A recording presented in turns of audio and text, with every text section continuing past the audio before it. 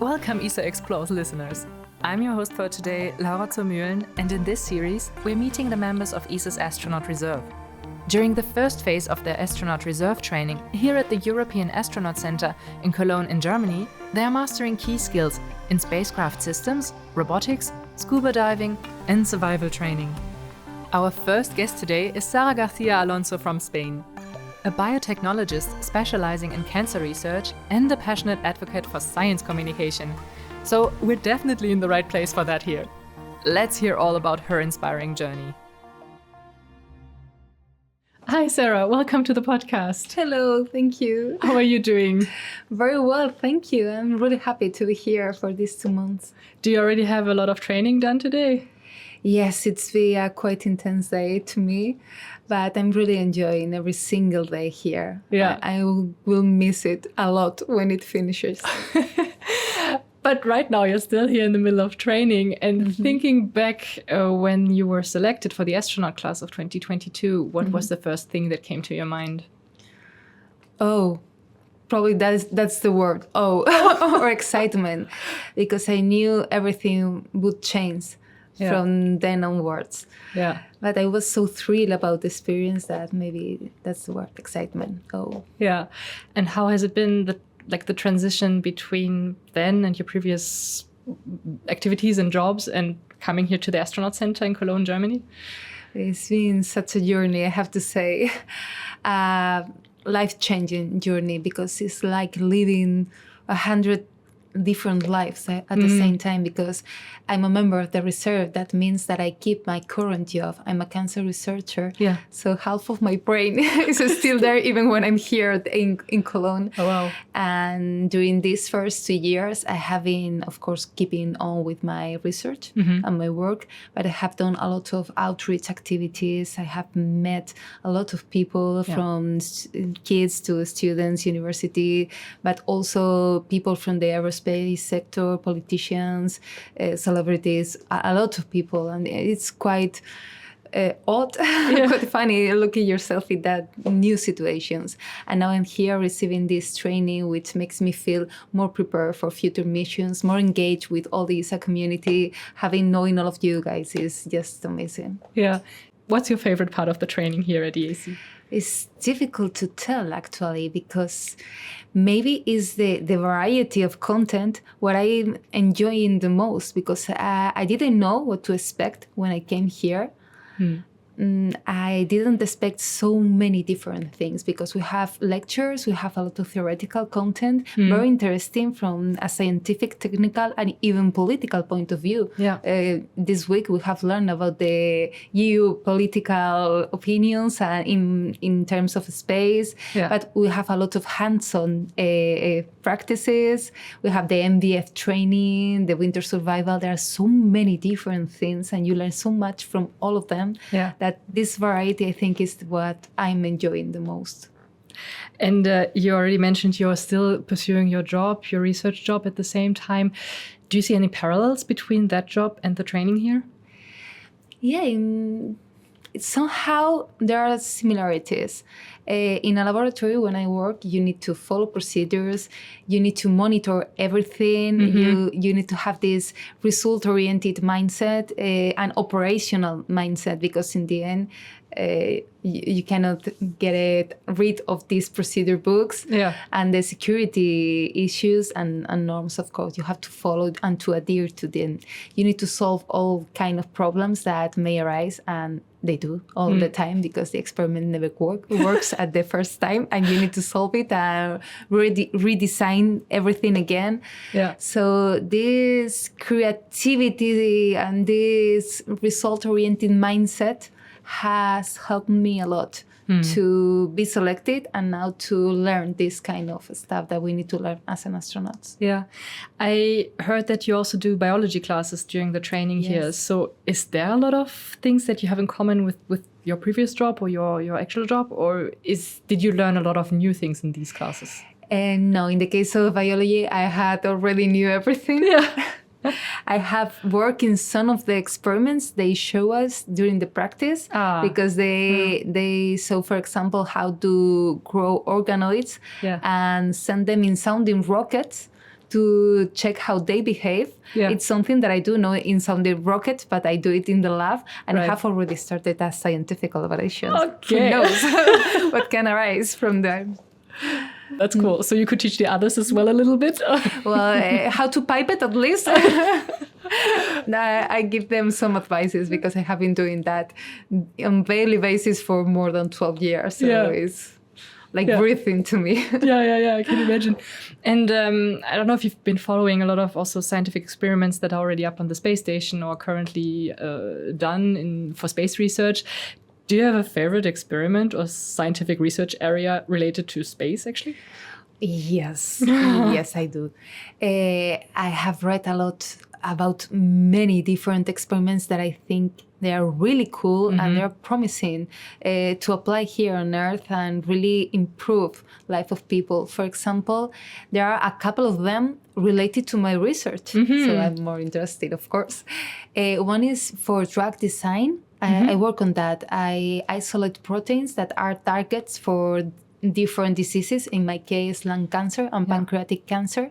I try to isolate them and understand how they are in 3D configuration. Because if you know the 3D structure of a target, you can design a dart that binds exactly when you want. Yeah. This is what I do at the lab. Designing these darts will be the drugs against the targets. Right. The problem is that those targets are very difficult to isolate and determine these 3D structures. Because in order to do that, you need to grow protein crystals. And that thing works really, really well in microgravity. So it's one example that I like a lot. And another one, and actually I was talking to one of the astronauts from NASA that participated in that experiment in 2019. Wow. And she was telling me about all the stuff that she did at the ISS. It's an experiment related to a treatment for several types of cancer. And they tried to create a new formulation of the treatment in order to be delivered to the patients easily. Instead of intravenously during hours in a clinic. With this high soluble formulation, you could just, in one single injection, deliver the drug, making it soluble. This could improve the life of people so much and even reducing the costs for the clinics, the public health. So I think it's very interesting. Wow, that sounds really fascinating. Yeah. And amazing that you do like this and then combined with the training here, like you say, a perfect mix of so many different skills. That's amazing. Yeah. And was there anything unexpected in the astronaut reserve training here? Unexpected? It's been surprising every single day because everything is new to me. Not unexpected. Yes.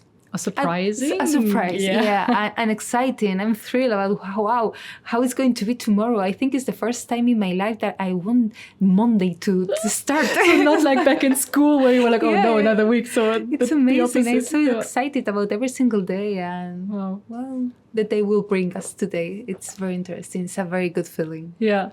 Is there anything you're still looking forward to in the next steps of the training? Yes, I'm looking forward to the winter survival.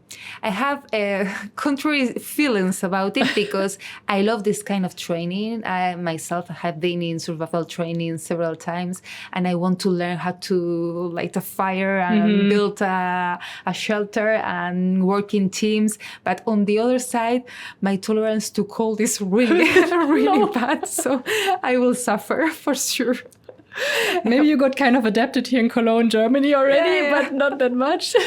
Yeah, but I'm really looking forward to it. Yeah. It's going to be very interesting. Yeah, cool. So for the end, I have a few quick questions for you. Okay. What's one word your family or friend would use to describe you? Curious. Curious.